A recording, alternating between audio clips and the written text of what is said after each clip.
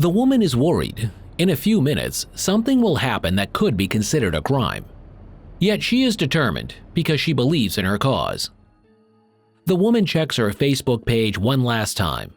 There are 12,000 followers actively responding to her posts. Many write words of encouragement, and the blogger realizes that she will need a lot of luck today. She goes to the mirror and adjusts her outfit. Only her face is visible because she's wearing the traditional Saudi Arabian garb of the abaya. The woman nods at her reflection and walks out into the street, where a friend is waiting for her. Both of them are discussing what they are about to do in a lively manner. Despite their apprehension, they try to hide their excitement and pretend they are up to no good. At one point, the blogger wants to step back, but she remembers the support of thousands of women across the country and does not do so.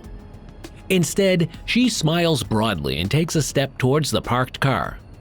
The woman acts as if she's done this 1,000 times before. Her friend waves encouragingly at her and starts filming what's happening with her phone. The woman gets in the car. Many Westerners see this as a routine action, but only because they have never been to Saudi Arabia. The woman settles in the driver's seat. Her heart nearly leaps out of her chest. The camera captures her hand as the key is inserted into the ignition and the car starts up. The heroine feels like a space shuttle pilot. History seems to be unfolding with her hands right now. She pulls out into the street and gradually calms down. At one point, a passerby notices her and points to the car. The blogger sees another woman walking with their children stop and stare in stunned fascination. She smiles more comprehensively and broader. The dream is coming true right now.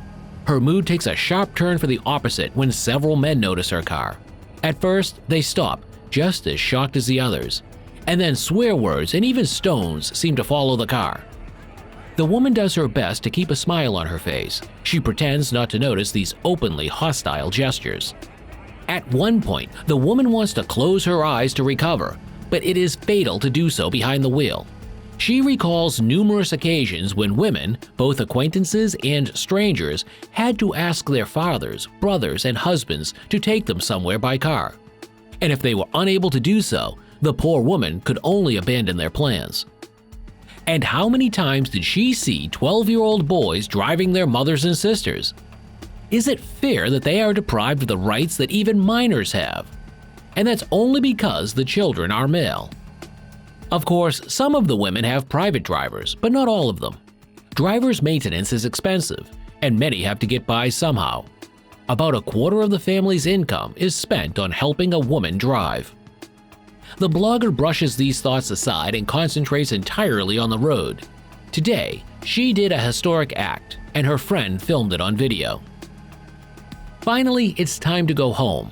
The woman stops the car and walks out into the street on wobbly legs. Her friend rushes to her with congratulations and lamentations. All they have to do is post the drive-through video on YouTube and their Facebook page. Only a few hours had passed. Her friends are surprised to see that 600,000 people have viewed their video. The woman feels the excitement again, like when she got into the car. Maybe this audacious scheme will succeed and the authorities will listen to her manifesto. Unfortunately, this hope is dashed when there is a knock at the door and the police enter the house.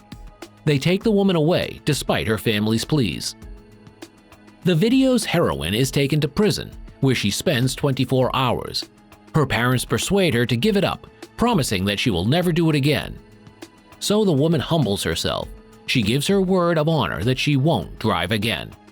She spends one day free, then another arrest follows. She spends a total of 10 days in jail. During this time, Saudi society is in a state of great turmoil. The blogger's many subscribers are demanding her release because the law she has broken sounds absurd. In this Muslim country, women have been forbidden to drive a car or even ride a bicycle since the 1950s. Many men, however, oppose the lifting of the ban. They don't want their wives, sisters, and mothers to drive. It's unheard of and a violation of the old rules. Women's protests are turning into massive actions. More and more women in Saudi Arabia are getting behind the wheel to show their support for an arrested woman. Activists videotape their drives, take photos, and post them on social media. Just parking outside a shop in front of everyone else is already an achievement for them. Yet the authorities remain deaf to these protests for another 7 years. Every woman who breaks the law is fined and reprimanded. It is only in 2018 that the king officially allows female residents to drive. So Manal al-Sharif, the heroine of this story, is not in vain.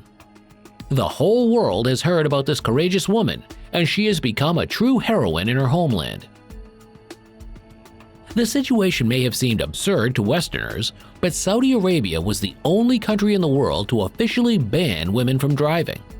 They were not issued a driving license in the country, and the country did not recognize international licenses obtained abroad. Even after the historic abolition, this ban is still tacitly in place. A woman must ask her husband's permission before getting behind the wheel. Among other restrictions, female residents cannot travel abroad without the permission of a male relative. Also, early marriages are not uncommon in this country. Sometimes girls are married off as children. Many are subjected to domestic violence and have no one to turn to for help. Another country where women are disempowered is India. Every year their situation worsens, putting India at the top of the list of the most dangerous countries for the fairer sex. In 2016, the world was shocked by a case in Delhi. A bus driver and a conductor brutally beat a 23-year-old girl before she died of her injuries. In addition to domestic violence, women in India suffer from the slave trade. In all, about 40 crimes against women are committed every hour in this country. But this is unknown to viewers worldwide, for whom India is primarily a country of dazzling films. In them, characters dance, sing, and enjoy life in colorful clothes. Next on our list is Afghanistan. 80% of Afghan women have attempted suicide, and 90% suffer from domestic violence. Every day, women in this country commit suicide or run away in search of a better life. So, even after receiving $280 million in aid from the U.S. Agency for International Development, the level of education in the country has remained virtually unchanged. The huge investment was essentially a waste of money. Nearly 2/3 of Afghan girls have never attended school, and 87% of the country's female population is illiterate. In an age of open borders and computer technology, girls here are often married off as children. Most women marry before the age of 16. Since the conservative Taliban came to power in the summer of 2021, Afghan women's rights can long be forgotten. The situation is similar in Syria, where living conditions have become unbearable after a devastating civil war. Syrian women must wear abayas covering their bodies and must cover their heads. They are forbidden to work. Moreover, they cannot leave the house without a man's permission. Local women are not allowed to do simple things, such as going to the shop or visiting their girlfriends. According to one of the Syrians, they feel like they are in a cage. They can't even walk near their homes. The women's living conditions in Syria are similar to those in Yemen. Women there are also subject to different kinds of violence daily. They are forced into marriages against their will. The groom's mother chooses the bride, and divorce is frowned upon. All this makes life very difficult for them. They can't eat with the men and cover their faces in the street. Another country where women's lives are far from rosy is Somalia. In fact, the conditions for them in that country are close to hell. According to one Somali woman, the worst thing that can happen to a woman here is getting pregnant. The infrastructure to help women expecting a child is lacking here. Also, female circumcision is practiced here, and there are no laws to protect them. The next country where women better not move to is Pakistan. Honor killings are practiced in the rural areas of Pakistan. Every day, women who have dared to marry by choice are killed by men there. The worsening living conditions for women in the country culminated in a protest in 2020. The protesters demanded a ban on anti-women materials in the media, the removal of such texts from school textbooks, and the abolition of discrimination in particular, to eliminate the wage gap between women and men. They aim to destroy the patriarchy in all of its manifestations. The Democratic Republic of Congo is also not an ideal or even just a good place for women to live. Severe restrictions on women's access to education and their fundamental rights in general. Congolese women also suffer from violence, which has become so commonplace that they have almost resigned themselves to their fate. Women in Nigeria share their fate. A Nigerian writer has said that the traditions in this country demean women. Here, they are expected to behave perfectly, and mistakes are severely punished. In fact, their lives are at stake.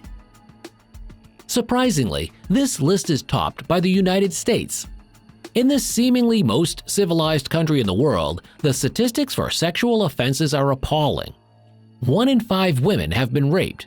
And although most of the perpetrators end up in court, American women still have to behave as carefully as possible. Women have been fighting for their rights since the beginning of time. Fortunately, progress is gradually taking over the planet, and there are fewer and fewer countries where life for the fair sex is intolerable. What do you think of all this? Share your opinions in the comments section, and don't forget to like the video and subscribe to our channel if you like it.